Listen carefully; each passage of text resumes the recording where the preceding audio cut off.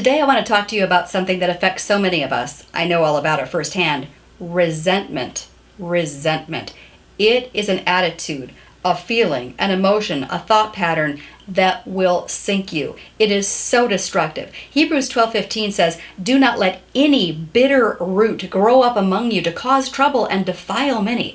And that's exactly what resentment does. It just slowly squeezes the life out of you and then starts to infect other people around you. No one even wants to be around you anymore. It is truly a poison. We have to fight against that tendency to allow ourselves to sink into this pity party mode, victim mode, woe is me, and that like despising the other person mode where it's all them, they're such a horrible person. Okay, maybe here are some more helpful thoughts that will help you get rid of that resentment. Number one, that person that caused you this grief, whether it's your husband that cheated on you or whatever, they're imperfect, yes, but so are you. Come on now, come on now. We all have hurt people. We all have hurt people. So don't get on your high horse and think they are so awful. Okay, maybe they did something hurtful and wrong, but you're not perfect either. So have a little compassion that they're human and so are you.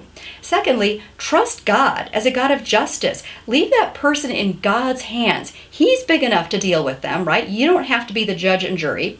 Thirdly, are there some current issues? I mean current issues, not stuff that happened 15 years ago that you're still resentful about, but current issues that God is saying, hey, you need to deal with this. Maybe you need to have some boundaries with your husband or your mother-in-law or whatever. Is there something that you should deal with? That's Matthew 18. If someone's sinning against you, God says, go to them, show them their fault.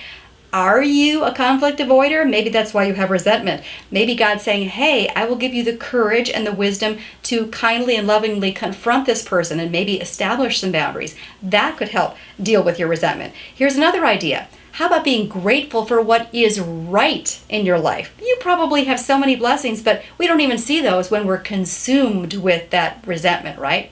And then a fifth idea here is to look ahead and ask God to redeem even those painful moments in your life, even that thing that caused you resentment. I know in my life, when I look back, I can see God bringing beauty from the ashes. It wasn't a pleasant experience when I went through whatever the painful thing is, but often God then later will use me to help minister to someone else who's going through that same kind of thing. And that's purposeful. That's like a redemptive part of this whole thing. And that truly does bring beauty out of the ashes. 5 things that will help you get rid of this awful, destructive attitude of resentment and step into a place of peace and maybe even some joy once again.